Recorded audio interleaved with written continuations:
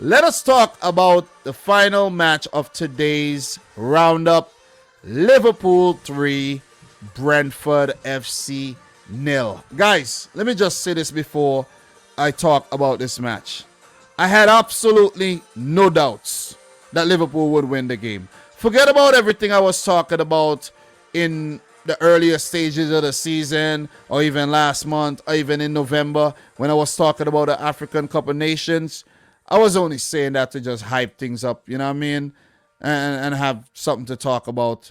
Because in the preview, I did mention that Liverpool would be fine against Brentford, who lost 4-1 to Southampton in the middle of the week. So I could not have seen, I know it's the Premier League and it could happen, but I didn't see Brentford bouncing back to actually get anything out of the Liverpool game, despite picking up a 3-3 draw early on this season. And if you really took a look at this Liverpool 11, this is a rather strong Liverpool 11 without a Salah, a Mane, and a Naby Keita. The 11 still looks very, very strong, if you ask me. Curtis Jones coming in. You have Jota, Oxlade, Chamberlain, and Firmino up top. Solid team. You have the backline that you want in Alisson, Van Dijk, Robertson, Matip, and Trent Alexander-Arnold. You have a quality midfield in Henderson, Fabinho, and Curtis Jones. Curtis Jones, I think, had a bright game coming back from a injury layoff there. And your top three has been performing admirably, or okay this season in the likes of, Firmino to a lesser extent. He's been injured. But Ox, I think, has been bright. And Jota has been scoring them for fun. And you check the bench. You have Konate, Gomez, Tsimikas, Williams, Milner to mention. Minamino coming off the bench to score. Cade Gardner making his Premier League debut there, I think. So you have more than enough weapons to defeat Brentford without Salah and Mane. Right, guys? Despite struggling against Arsenal in the FA Cup to break down that team that only had 10 players, you came out, and I think Liverpool were very patient in this game. They needed to be, and they ended up winning the game.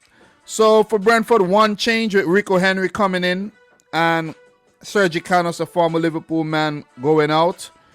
And I did mention that there was a midweek fixture between Southampton and Brentford where Brentford lost the game by 4-1. So, dominant start by Liverpool. A few look-ins, none taken, but they had a lot of the ball in the opening, let's say, 20 minutes of the game. And then Virgil van Dijk had a brilliant shot saved by the goalkeeper, Alvaro Fernandez, who's there on loan, filling in for the injured David Raya.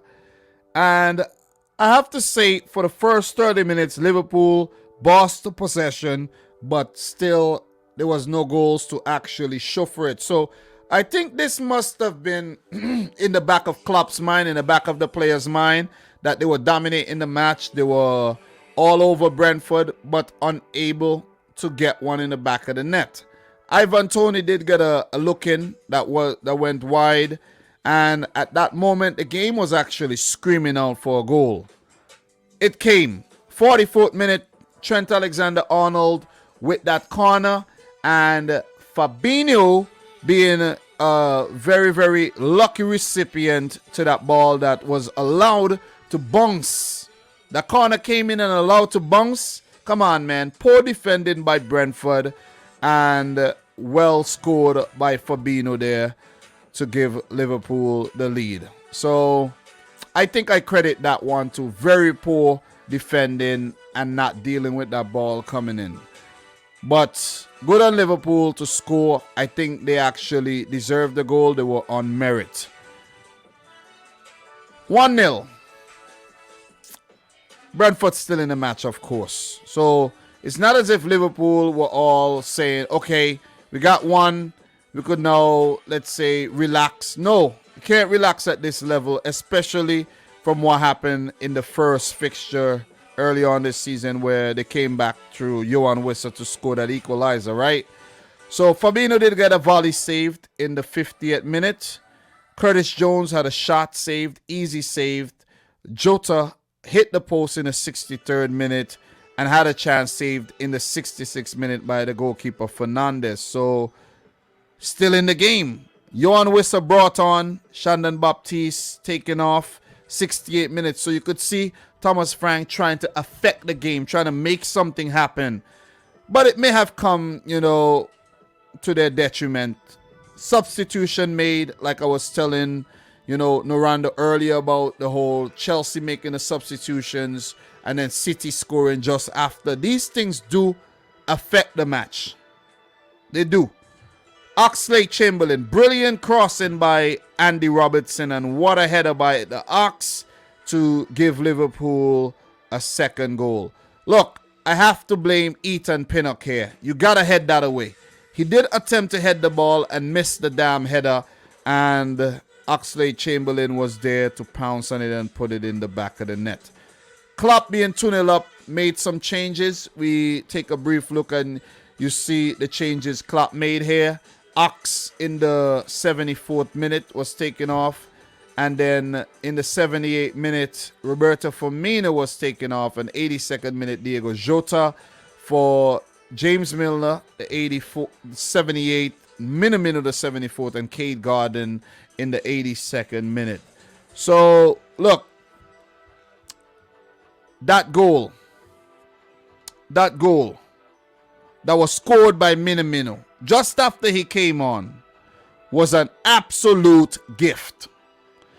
Brentford trying to play the ball out from the back, and the goalkeeper selling his defender short. Ball was pounced on and teed up Minamino for an easy third goal there. Firmino with the hard work and credited with the assists. Liverpool back to winning ways. They go ahead of Chelsea in second, and with the fact that they do have games in hand to Manchester City, let's just take a quick look at the table right now. Take a look at the table. Liverpool with one game in hand, actually. They are right now 11 points behind City. Let's say they win that one game in hand, they go up to 8 points behind. And if Man City do drop points, and they give Liverpool a sniff to, creep up. So as much as I'm saying the title race is over, I do think it's over. But come on, guys. In reality, you never know what could happen. You see what I'm saying? Points could drop, teams could catch up, and, there could be a title race all over again. But knowing Man City, knowing what Pep Guardiola has built, it's hard seeing that happen. So I think Liverpool, Chelsea, West Ham, all of these guys are, better focus on scrapping it up for those top 4 places, while Man City should go on to be runaway leaders in the Premier League again this season. Some may not agree with it, but I think that is exactly what will happen. So, look, big 3 points for Liverpool. You see again on the table, they go ahead of Chelsea.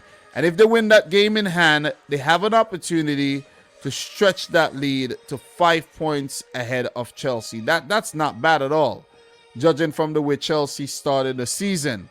For City, we've stretched that to 13 points. You see what I'm saying? We're not playing no games, none whatsoever. No games at all. So, look, for Liverpool, they must be happy about this win. I know the fans are happy. I went on YouTube. I seen the various Liverpool channels. They were hyped. They were buoyant.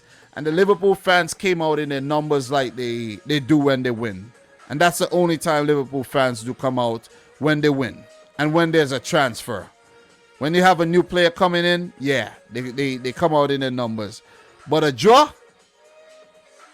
a loss, cricket, man, crickets. It's like you're playing hide and seek with these Liverpool fans. You can't find them nowhere.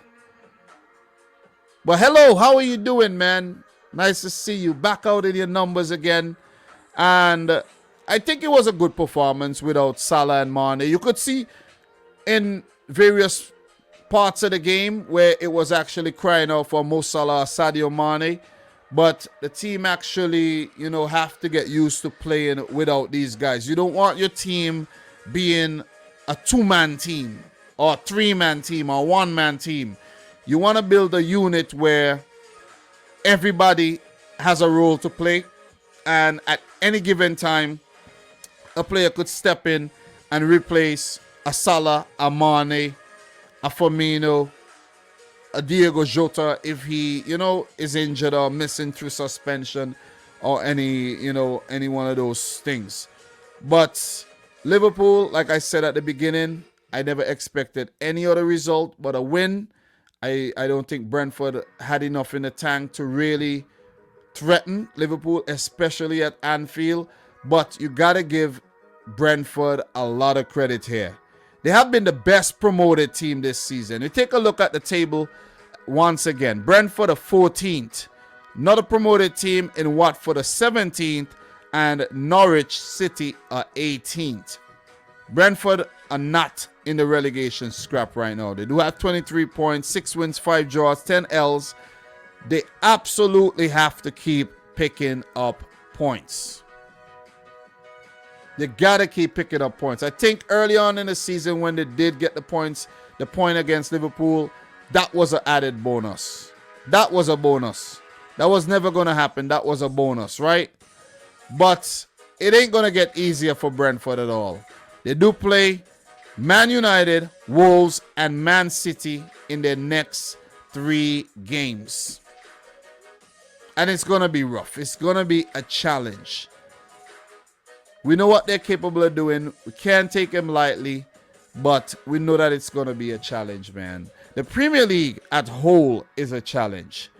So I think Liverpool, they have Crystal Palace next, and they should actually feel like they could navigate this period without Salah and Mane seamlessly. But when I say they have Palace next, I'm talking Premier League. They do have Arsenal in the semi-final second leg of the EFL Cup, where it was a 0-0 on aggregate so far in the tie. They do have Cardiff City in the 4th round of the FA Cup. And the next game against Leicester, who they recently lost to Inter Milan in the Champions League. They have a few easier matches coming up February 13th and 19th against Norwich and Burnley alike. But, Burnley picked points off Liverpool last season, so you never, ever, ever know. But look, I'm not going to be super long on this review. No need to be. I think, it took an effort in the initial stages for Liverpool to actually break down Brentford. But when they got it going, they definitely had fun on the day and, scored a few goals. So, yeah. Congratulations to Liverpool on the win. Back to winning ways, right? Back to winning ways. Because if we really check, let's just do a quick check here. Let's just do a quick check here on Liverpool right now. Let's do a quick check on Liverpool and what they've achieved lately. The 0-0 against Arsenal, the 4-1 against Shrewsbury, well, that was expected. But the 2-2 draw against Chelsea. The last 3 matches in the Premier League, right? Look. The Tottenham game, 2-2. 1-0 loss to Leicester and the 2-2 draw against Chelsea. So they needed to bounce back in the league. Forget about the cups right now. They needed to bounce back in the league, and they definitely did. This would do a lot of good for the confidence of this Liverpool team, as they would look to close the gap on Manchester City. Because right now, Liverpool holds the key to hope of some type of title race here. Because it's over, in my opinion. I do think it's over, but you never ever know, man. You never ever know. You never ever know. Trent Alexander-Arnold given king of the match. As you guys can see, Klopp doing his signature punch in the air. Very, very happy about the win. Thomas Frank and Brentford could walk away proud. They've been the best promoted team this season. And if they continue in the way they've been playing, they would actually stay up and survive. And I think they will survive, though. They may have been placed on relegation watch 1 or 2 times this season, but that's understandable with a team that's, promoted from the championship. Look, Ox would be happy with this goal. Fabinho as well, and Minamino, where you have Mo Salah and Mane absent. 24 goals between them this season, I think. And Naby Keita with a few. You're going to need other players to step up. Diego Jota didn't score on the day, he came close. But you have Oxlade-Chamberlain, you have Fabinho, and you have Minamino scoring. So there you have it, man. Liverpool might just go unscathed without Mo Salah and Mane. You see what I'm saying? But it just might not be enough to win the league. So that's my thoughts. That's my thoughts on the game. Let me know yours in the chat. Congrats to the Reds. Hard luck to the Bees on that loss. Premier League ain't easy. It ain't going to be,